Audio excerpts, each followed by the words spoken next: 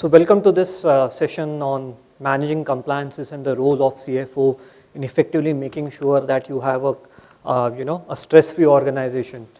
Basically, compliance a word can give each of the CFOs a sleepless night if it is not managed effectively. Look at the way the entire structure of a retail organization happens. When you incorporate a company, you have to take care of compliance. When you are pre-commissioning a store, compliances have to be taken care of, post-commissioning, and the actual implementation or going live of the store itself. You have compliances, taking care of you all throughout your journey. Look at, the structure that the retail industry has. We support nearly 10% of India's GDP, 8% of employment, and the market size is about $1.3 trillion. Also, if you look at it from a perspective, the industry has been growing at about 9% CAGR on a regular basis. But you look at compliances, I think it's a pain that every organization is suffering from. And then if not managed effectively, I think it does impact your overall brand image as well. Just to give you some aspects on compliances, about 1,400 to 1,500 acts to be taken care of, 60,000 compliances to be taken care of, and then add more problem to it, 40% of the compliances have an imprisonment penalty associated with it. So I have seen presentations where leadership team has actually told us that it's better to apply for an anticipatory bail rather than, looking at how to manage compliances on an overall basis. And then, further add to it, you have central compliances, state level, and most of the retailers are moving to the Bharat zone, the tier 2, tier 3 cities. That's where you have the panchayats coming in. Central state are still manageable. People are still struggling with the panchayat compliances on an overall basis as well. Now, the business models are changing very fast. Initially, you had brick and mortar, you had e-commerce. Now, people have got into omni-channel as well. Now, look at a very simple aspect like a legal metrology act, which is controlled from a central level. Implementation is happening at the state level, and let's say if you're getting into an e-commerce platform, there are certain specific display requirements also that are required. Don't be surprised if you get a notice from a remotest part of India in terms of non-compliance on a legal metrology act. That's where the problem starts from a compliance perspective. If you look at it more from a CFO's perspective, I think last year we had about 163 PE deals that happened in India. These were purely in the retail and the consumer sector. If you look at it more from a PE perspective, for them the first point of contact is the CFO only. That you are responsible for compliances. You have to make sure that we are 100% compliant with all the rules and regulations that the country has to take care of. There have been surveys that have got conducted, as recent as about 2 months back. I think a few startling results that came out of that survey is like 83% of the CFOs actually said that they have actually missed compliances. 91% actually agreed to pay fines, because of the non-compliances that have taken place. 51% of the CFOs didn't have any confidence in terms of, how to keep a track of the changes that are happening in the compliance world. Though Krishna updated about 4,500 GST updates, last year there were more than 3,600 regulatory updates that happened, which were applicable to the retail and consumer sector. That, ladies and gentlemen, amounts to 10 updates per day. That's the level of tracking that has to be done from a compliance perspective. Also, if you look at it more from a perspective of a private equity, I think they are very particular about the overall compliance that have to be managed. For them, it's a brand image of the company. Anything that goes wrong with a compliance can have a potential impact on the brand image of the company. So they are very particular about the way the entire compliance has to be monitored. So, if I look at it more from a perspective of what is the role of the CFO, it was initially, yes, CFOs were responsible for financial propriety, for managing taxation. But I think now the scope of the CFO is much, much wider. They don't have to be experts in all the rules and regulations, but definitely they need to take care of the fact that there are processes that help them to take care of the rules and regulations. Ethics, ESG are something that have fallen into their domain. And now with the new data protection bill also coming in, the entire data privacy rules that have to be taken care of. The CFOs have to be technically equipped to at least understand in terms of what is the exposure the organization would have, when they are looking at compliances. So I think the role of the CFO is now no longer restricted to a financial proprietary, to looking at taxation aspects. It's looking at much wider in from an overall compliance perspective. And also to add to the problem, though always a financial reporting used to be a part of CFO's domain, but the data he has to get is from all the multiple sources within the organization. So that further complicates the life of a CFO when he's looking from a compliance perspective. So I have a very strong panel who are coming from diverse backgrounds. We have CFOs, we have corporate counsels. The thought was that we'll just try and capitalize on their experience in terms of, how do they manage compliances and where do they see pitfalls from a compliance perspective. I'll just start with Ram. So Ram, you have, from a Landmark Group perspective, you operate from nearly 800 stores across the globe and 21 countries. What do you think are the key regulatory compliance challenges that the retail industry faces? And, basis your experience, what should be taken care of, especially when you are actually setting up a compliance framework within the organization? Yeah. Thank you, Naveen. Just to stick to the agenda and optimize on time, I have put down some points, and obviously we can't have this kind of a conversation without some kind of statistics in place.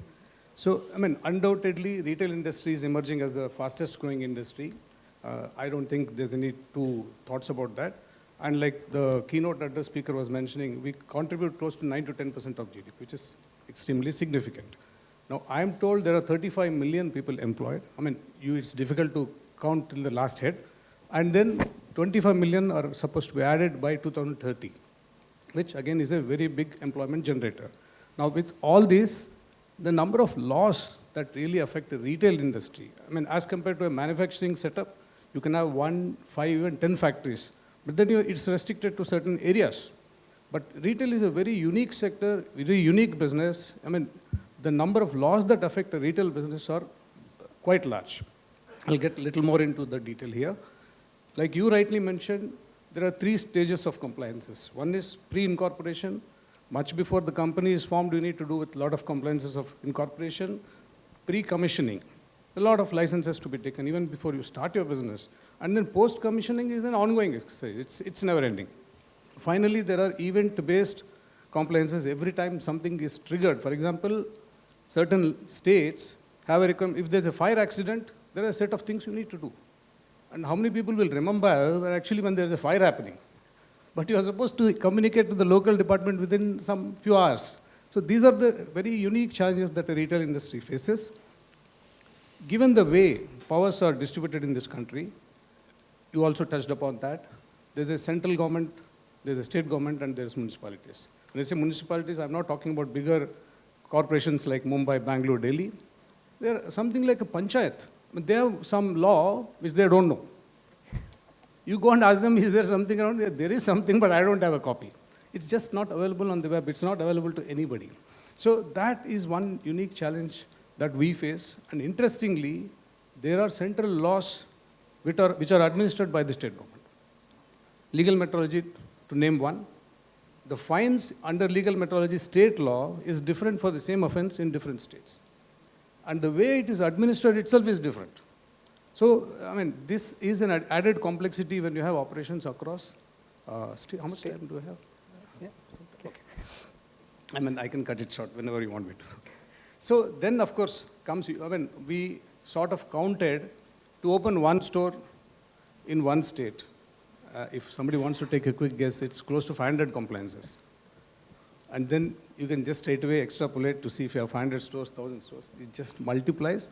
I can give one broad number with about 800 odd stores. Our compliance line items, which we do track, is close to 40,000. And with every store added, you can just see what happens. Therefore, it's physically impossible to keep track of these things unless you have a robust system. That I'll come back to quickly in a minute. So if you really look at the categorization, where do these laws sit? Where do these compliances sit? There are very 5, 6 broad areas. Labor, which is actually the killer. There are at least 29 major laws which the government is trying to really consolidate into 4 labor codes. I'm only hoping that it will happen sooner than later. Secretarial, which is largely company law and the allied acts, which is thankfully a central government law. It's fairly easy to administer. Finance and taxation is another bucket where a lot of, right from FDI to your government policies, everything sits in that bucket. And then EHS. EHS, in terms of number of complaints, also is very large after labor.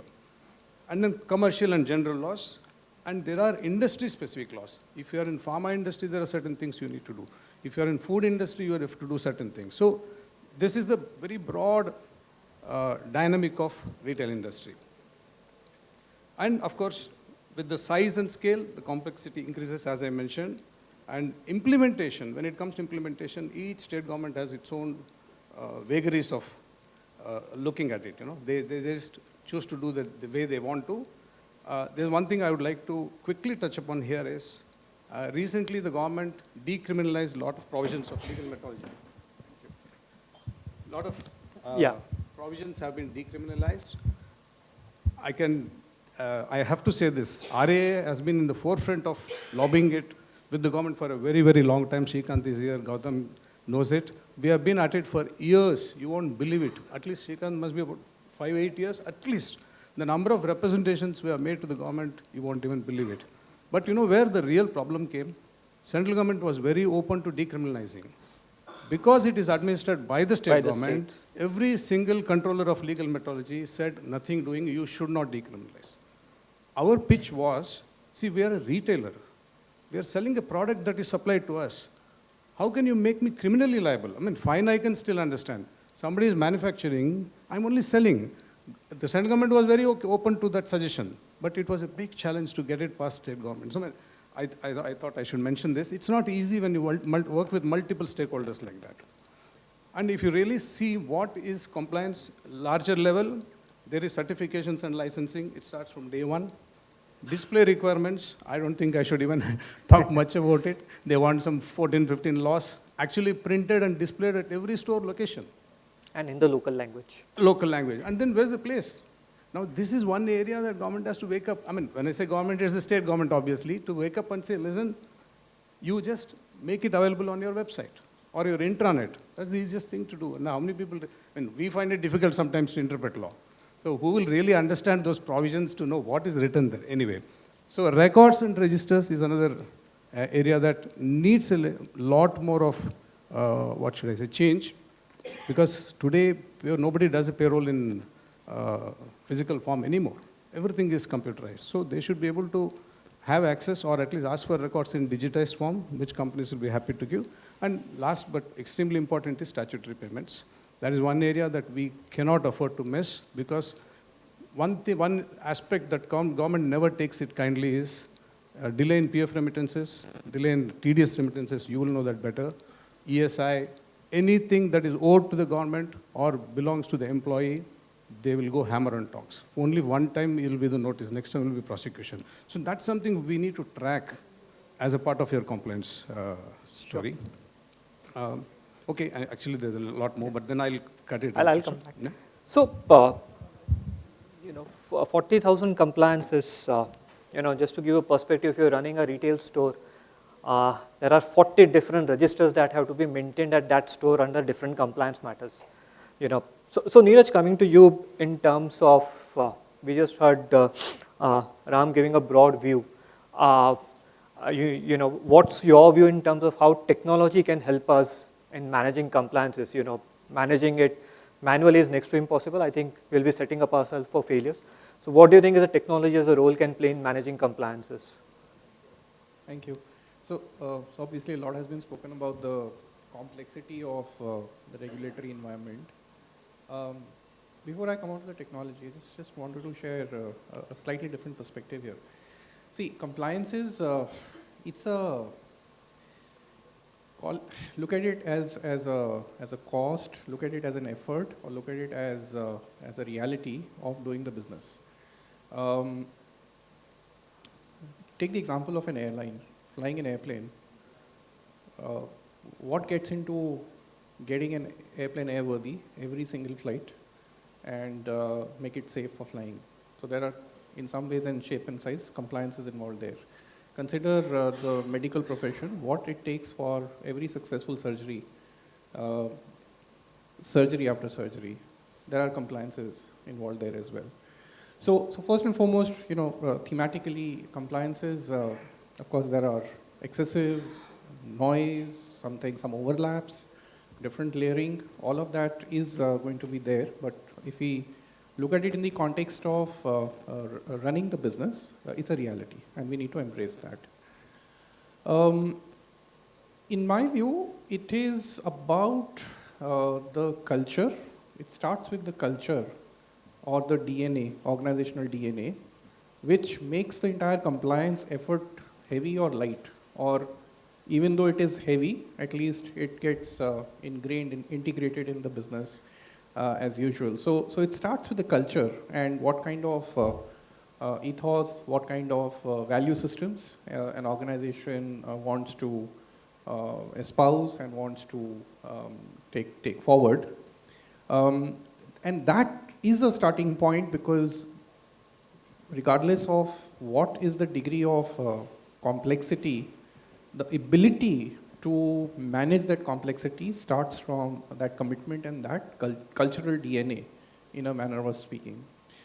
Now, with that, having said all of that, of course, the realities are there, and to handle a manual set of compliance oversight is next to impossible, especially in a context where a business is running several stores, several hundred stores, for example, and stores keep getting added. It is a challenge. So technology, of course, at two levels. Firstly, the choice of the compliance tool. Now there are many tools available, and there's no right, no wrong, no good, no not so good tool. The tools are there, but a tool is a tool, and it's just a piece of technology. The real essence is the content, the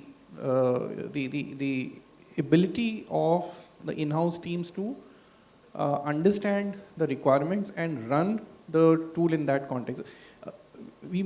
Often we make a mistake. Quite often we make a mistake by assuming that whoever is the provider of the tool, whichever service provider, will sort of own the task and the responsibility of running that tool. And of course, what we see at the time of tool selection probably creates that expectation in our minds. But the reality is not that. The reality is that unless we start thinking of building in-house competencies in terms of compliance, a tool will remain a tool. So now, how does technology play a role aside of the tool? It is how can technology be used internally to build awareness and the culture that I talked about, and how to spread that awareness within the operating environment. And given the fact that their core job is not compliance, their core job is to sell. For an operating team, their priority is to sell. Now, still, how do you build that awareness in the system, considering that there will be attrition, there will be people who will come and go, and then a new set of either a store manager, department head, or whichever level. So those are the real challenges that we need to contend with.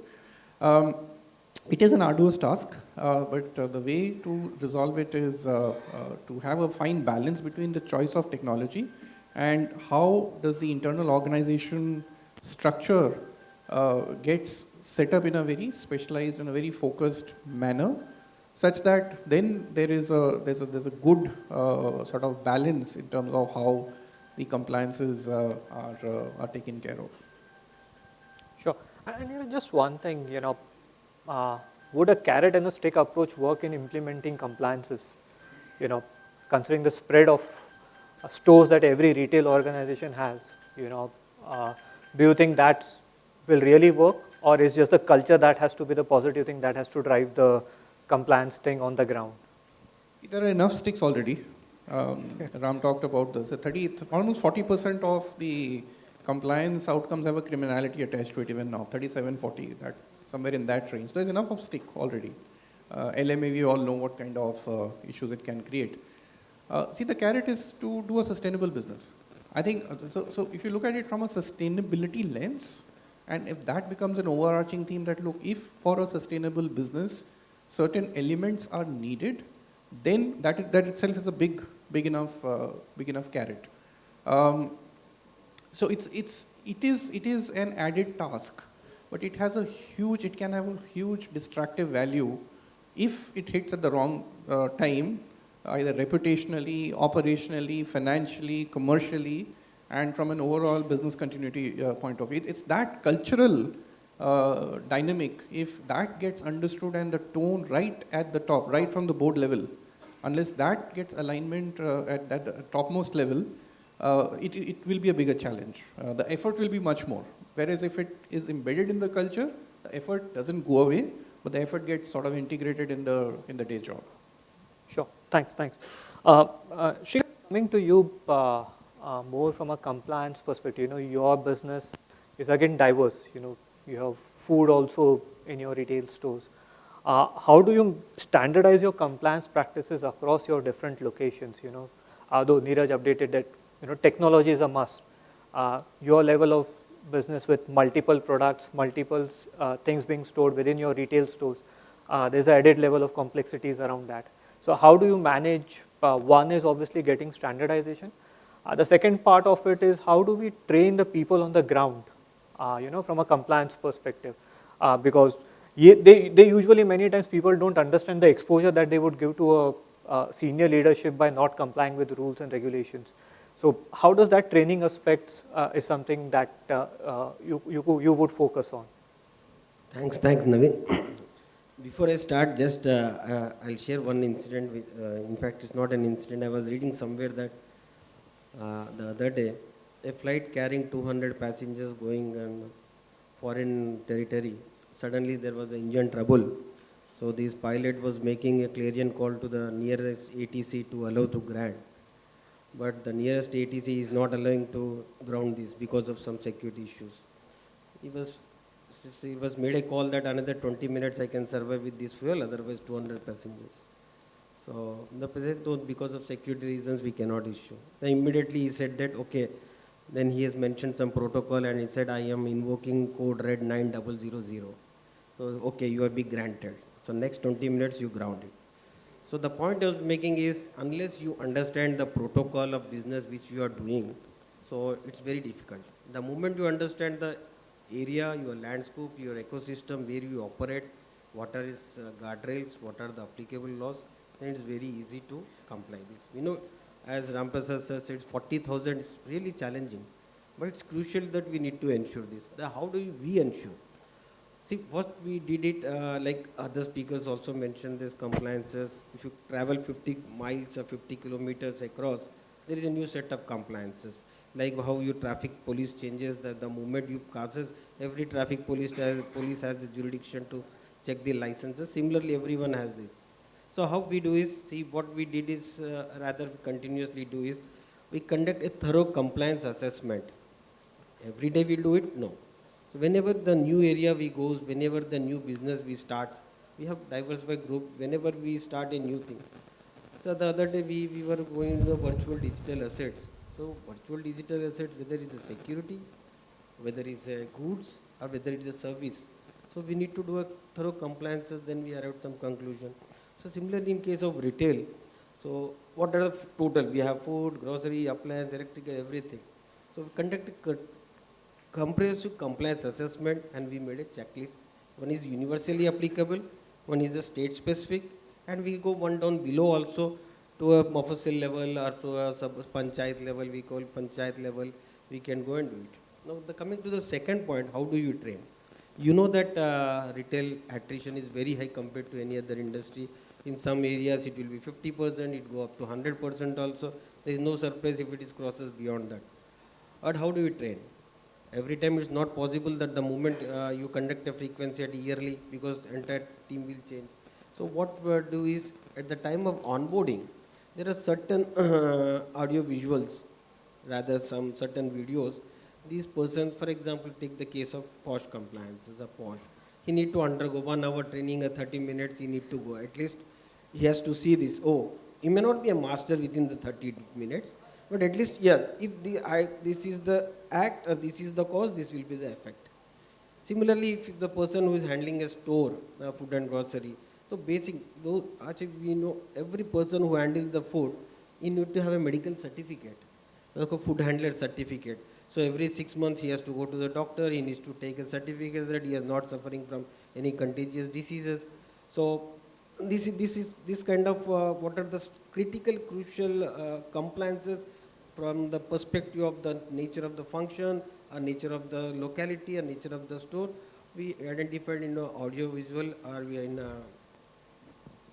a documentary kind of a thing. So the person has to compulsorily watch. So this is one area. And second, like compliance evangelism. So there are certain teams which is specified for this. Of course, as everyone's talking, it's about the culture. The moment you say the culture, it's spread across the system. So, but there are certain teams, in this case, legal team, who handles with other functions, and they train, they teach, they guide. This is for the existing. And whenever the new areas, new thing comes, like we know the data privacy is the latest, last 10 days, 15 days. So what we'll do, first we do an in-house assessment, we do an in-house research, then we'll consult with the stakeholders, be it advocate, be it industry bodies, and be it the government. Luckily, we are part of the many committees of the government, board at state and central level. Certain information we have direct, certain we depend upon association like RAI, certain then we depends upon the other industry bodies. So basically, it's kind of information sharing and information taking feedback. So this how we arrive at a conclusion, and this will culminate and convert into a kind of a spreadsheet, a kind of a checklist, where it will be ensured for compliance. Sure, thanks. Anuja, coming to you, we have been speaking about the local Indian laws. You have an added problem of managing international compliances as well, from a Marks and Spencer's perspective. So though people have covered about the local laws, how do you manage, compliance with something like a GDPR or some of the international compliances that get applicable to you as a part of maintaining your stores? So I'll break that question up into two parts. One bit which will be focused on the larger question on global compliances, and the other on the GDPR and data privacy, etc., which I think will be extensively spoken about today, as is the forum. But just on the global compliances bit, I think what is important to understand is what is in the global realm that is applicable to the Indian geography. How does it impact us, our business? I think there's a lot of work that we do in understanding with our global counterparts to say, what are the new laws that have come up? How are they applicable to the M&S business globally? How do they impact us locally? Do we have an Indian rules, regulation, governance around it? Do we have anything in the Indian context that speaks of the same law and the regulation? That is the second part. The third part is doing the gap analysis and marrying both of those requirements. When I say that, I mean that, to understand that what is the overarching law, how compliant will we be if we do the Indian law. Some of them in India now, the way we're looking at, for example, plastic or plastic waste, CPCB, is much more bigger than the global law indicates. And we pick that up as the framework that we should use for our entity here. So we do those things. After that, I think we do an extensive exercise of work with the compliance and legal teams, and helping the business understand what those laws are. We have to frame policies, procedures, governances around this. It's a time-consuming exercise, but it must be done, and we continue to do that. Once all of that is done and put into place, I think we continuously assess, we can't have a one-size-fits-all approach. We have to continually adapt, understand that what is it that we need to change, what is the vulnerability in the system that we've built, because some might exist. And we have to continuously evolve and adapt ourselves and keep learning as we go along this journey on what the global compliances are and what the Indian requirements are. Now, GDPR is a very interesting conversation, and we've had some conversation on data privacy, and I'm sure it will go on through the day-to-day. But again, on this one also, I think the approach is the same. I think trying to understand what that local act that has come through now, how it speaks to on GDPR. GDPR, of course, has had overarching implications for us as a business over the course of the last couple of years. How do we meet those requirements? What consents we need to take? What is the time frame that we need to do all of this in it? And of course, we rely very heavily on bodies such as RAI to take our issues forward in case they're complicated. With the omni-channel business that we now operate and run, it adds to only complexities in how we need to do this. And I think there is a need to continue to evolve, be proactive, and change the way we are looking at all of this. Sure. Thanks, Anuja. I think we have the new devil that's in detail as in terms of the Data Protection Act. So Rajesh, if you can just give a perspective in terms of how the retail businesses have to get ready, considering the fact that most of the businesses have gone into an omni-channel as well. You have got D2C, you have got e-commerce, you have got your own omni-channel. So you get exposed to a data protection act that has got implications on the businesses as well. So if you can just give a broad overview in terms of how retail organizations have to get ready from a implementation of that data protection bill, that would be really helpful. Sure, thank you so much for that. First of all, I'm just kind of picking up from the Nike example that we had from our co-panelists and also from the aircraft example that we had from our co-panelists. There's been, there has been that eagerness, I would use the word, to catch up with as much as data as possible and catch hold of it and keep it and use it as long as possible. I think now those days have ended. It has ended just about 15 days back. The bill has almost been passed by both the houses. That's the technical side of it, and we will soon have the Gazette notification as well. Other than that, I think the 2-3 key elements which, at a very base level, which all of us need to understand in this room is, there have been 3-4 key concepts that have come in. I will try and draw a line between GDPR as well in the conversation ahead. But the key elements that have come in is data fiduciary. Now, what is data fiduciary? Data fiduciary means the entity which knows the purpose for which the data is being collated. Now, if all of us know that data privacy bill has been there for a very long time, it had been withdrawn by the government, again reintroduced, and a lot of discussions have been going on for both political and apolitical reasons or whatever. But if we look at the definition which has kind of finally now come in, and what is it that's going to give us is that gone are the days when somebody or some organization or an outsourcing agency who would be processing that data would be called a data fiduciary. It is indeed the organization which is actually collating it for the purpose for which it is wanting to use will become the data fiduciary. Now, what would be the purpose of it? Imagine a situation where, I'm from Raymond and we have B2B, B2C, because we have our own website, we have our own stores, we are also manufacturers. But I may not be introducing an element of data collection here, but I have my co-panelists here, maybe Srikkanth here, anybody, and they are keen on selling the product of Raymond. Now, the moment they start collating the data at their own end, will it be Raymond that will be the data fiduciary, or will it be them? So the purpose for which the data is being collated becomes very, very important, and for whom that purpose is important, I think, and that's the distinction that this particular new act is wanting to draw, that it is not always the manufacturer or the person who's collating. So that's part one. Who is the data principal? It would be the individual whose data has been coming, and this is, I think the government has made we should applaud on the efforts that they have done, that they have very clearly called out that it will, data principal will also include a child. It will also include a person who is specially abled, because a lot of us know that data of specially abled people and children below 18 is also collated, and then there is all of us in this industry are aware that there is targeted sampling, the way the digital world is going, the consumption patterns. Say, for example, my co-panelist did mention that, it's a Nike shoe.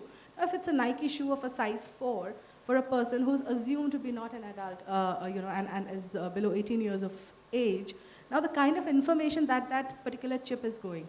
So first of all, I'm sorry, but Nike will have to wipe off all that information that is presently here with India, because they will have to actually recollect, take fresh consent, notify the consumer or the principal to say why they are collecting this information. The consent has to be properly taken.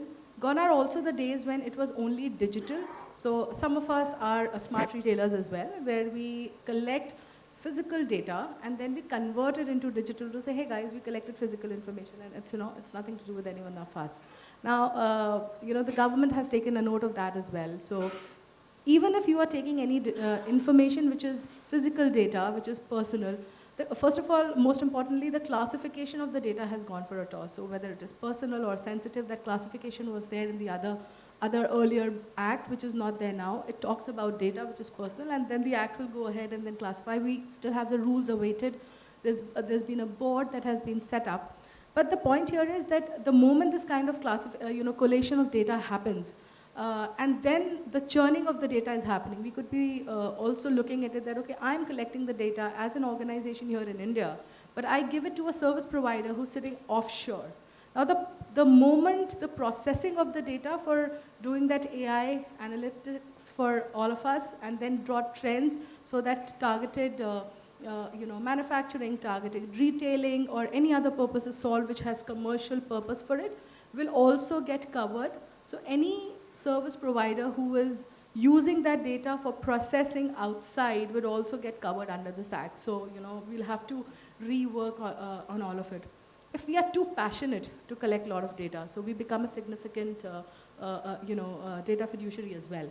Now, when we're talking about significant data fiduciary, as we were just discussing on the role and responsibility and also the cultural shift that organizations need to have when they are kind of looking at what is the kind of compliance culture they need to have. I'm sorry to say, but this will be an add-on to that list again. Because the moment we start collating this kind of data, we will also have to ensure that there are proper audits done. The entire inward and outward data management. My supply chain colleague here will also have to make a data inventory in her own organization, because records have to be kept of the kind of data that you are churning. We have tools and technology, which are also global tools, which enable us to question the businesses to say, hey guys, if you're doing this project and this is the nature of activity, do you really need this data? What is the checklist around it? OneTrust kind of tools are available. Media marketing teams use it very, very often in lots of organizations as well. From that perspective, we also need to then reflect back and see that, is this the data really required? Because two elements have to be proved. Whether what was the specific purpose for it, and what was the necessity for it? Was it really necessitated for the particular activity that you were doing? It can't be that an organization takes the data and then you use it across all your brands, across all your activities, because the purpose for which would be that particular activity itself. Therefore, destruction of data also becomes a huge responsibility. Agreeing with few of my co-panelists who were saying that, we should not have imprisonment. Well, the law has, the government has heard you on that. They are saying, okay, I hear you on that. I'm not going to give you any more imprisonment, but the penalty is going to be 250 crores. So for every data breach. Now, if it is a data breach being done by even a data processor, which is the service provider, it will be the data fiduciary, the person for whom, or the entity for whom this particular exercise has been done. So the onus would be on each one of us who is deciding whether we really need that data and the purpose for which we need. If the data breach is with regard to any child, then for every instance of that data breach, the liability is 200 crores for every data breach. So I think it is high time now that all of us have to proactively gear up for putting our systems and processes in place, and just clubbing from all the inputs that my co-panelists have kind of given. We will definitely, for this particular activity, not only just a tool will be helpful, lot of cultural awareness from the top will be equally important. It will also be important to have the train the trainer format in our organizations. We will also need to have collaborative engagement with our partner functions. It will not be responsibility of the finance or the legal teams here. Rather, all the partner functions who indeed will be doing these kind of activities, who will need to give inputs on that. Last but not the least, audits will become a very, very frequent activity around the space that will be required. So that's in like 5 minutes, I could give you a broad overview of the act. The good news is that the rules are still awaited, and there'll be a lot of elements which will be coming in the rules, so the discussions will go on and there'll be a lot of learnings as well. On the GDPR part, there will be some cross-learnings, but when it comes to India, it will be the law that will be prevailing here. So particularly multinationals, organizations like yours and many others, who also have an India footprint, as a best practice, they may use whichever is a more stringent law, but they will have to abide by the India law as well. So that's that from my end. Sure, thanks. Krishna, coming to you, so obviously all these guys have been speaking about technology, and you have been a part of technology. And now the new buzzwords are artificial intelligence, machine learnings, and so do you think, can we use AI ML in managing compliances in a more effective fashion? Considering the fact that most of the people have spread across India, across multiple locations, multiple stores, kind of a stuff. So do you think AI ML can help from a compliance perspective? Yeah, definitely AI and ML are, I would still call it as a savior, but of course I would also echo the thoughts of my co-panelists, which mentioned a moment ago. Definitely controlled use of technology is equally important. Yeah. So AI ML as such is more, it's an intelligent scenario to train, which self-trains the kind of models or the input data which is given to them. So it's as simple as that. Whatever we feed in is whatever we get out, right? So input in the right amount of data, you get the quality output. So, and also the way the entire retail industry is operating is there are multiple systems which are loosely coupled and very remotely connected. So one classic example is, again, a famous brand, like a famous mobile brand, so I don't want to name that in the forum, but they still use legacy systems. So every outlet, they have a data which is stored in their hard drive. And this is as good as like till 2018, 2019. So then eventually they started waking up and started doing connecting systems because they are opening aggressively across India. So the connectivity of these systems and the way they are trying to procure information, and these all each system should talk to each other. And then you can really emerge a model out of it which can really help. And also trying to compare with the industry scenarios is also another parameter which is helpful from a technology perspective. So just to probably shed a little bit more light on the Nike example which you just mentioned about, this is a program more focused on runners, the professional runners who participate in Olympics, and also who represent the country and etc.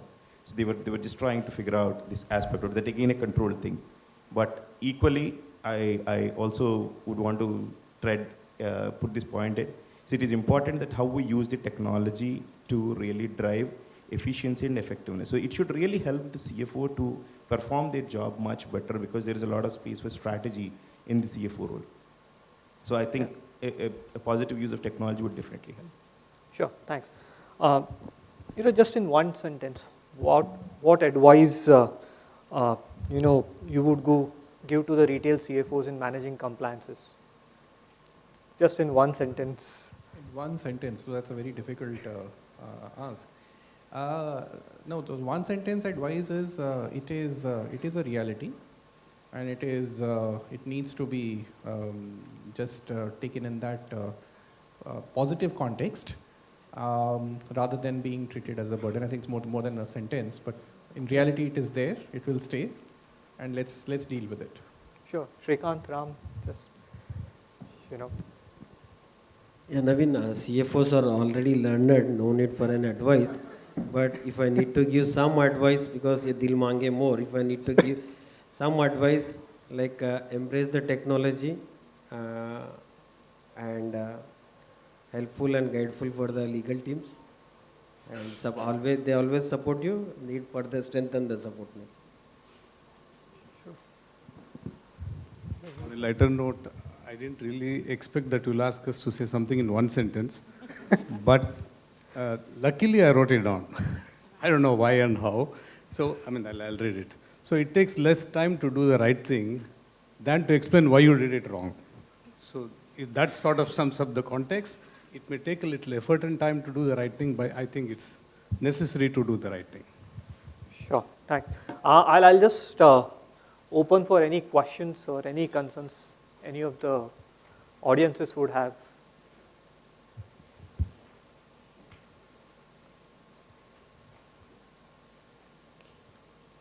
Okay, looks like we were very Naveen, if I effective in may our add communication. One line, if I may add one Sure, line sure, to the sure. one question which you just asked. So I would probably, like, I'll go with my co-panelist over here again. Definitely CFOs are highly learned, studious personalities, who look into data quite a lot. But I would leave with one statement. Use a technology which is less taxing and more relaxing. Thank you. So I think we don't have any questions. So I'm assuming we were very effective in our communications. Thank you.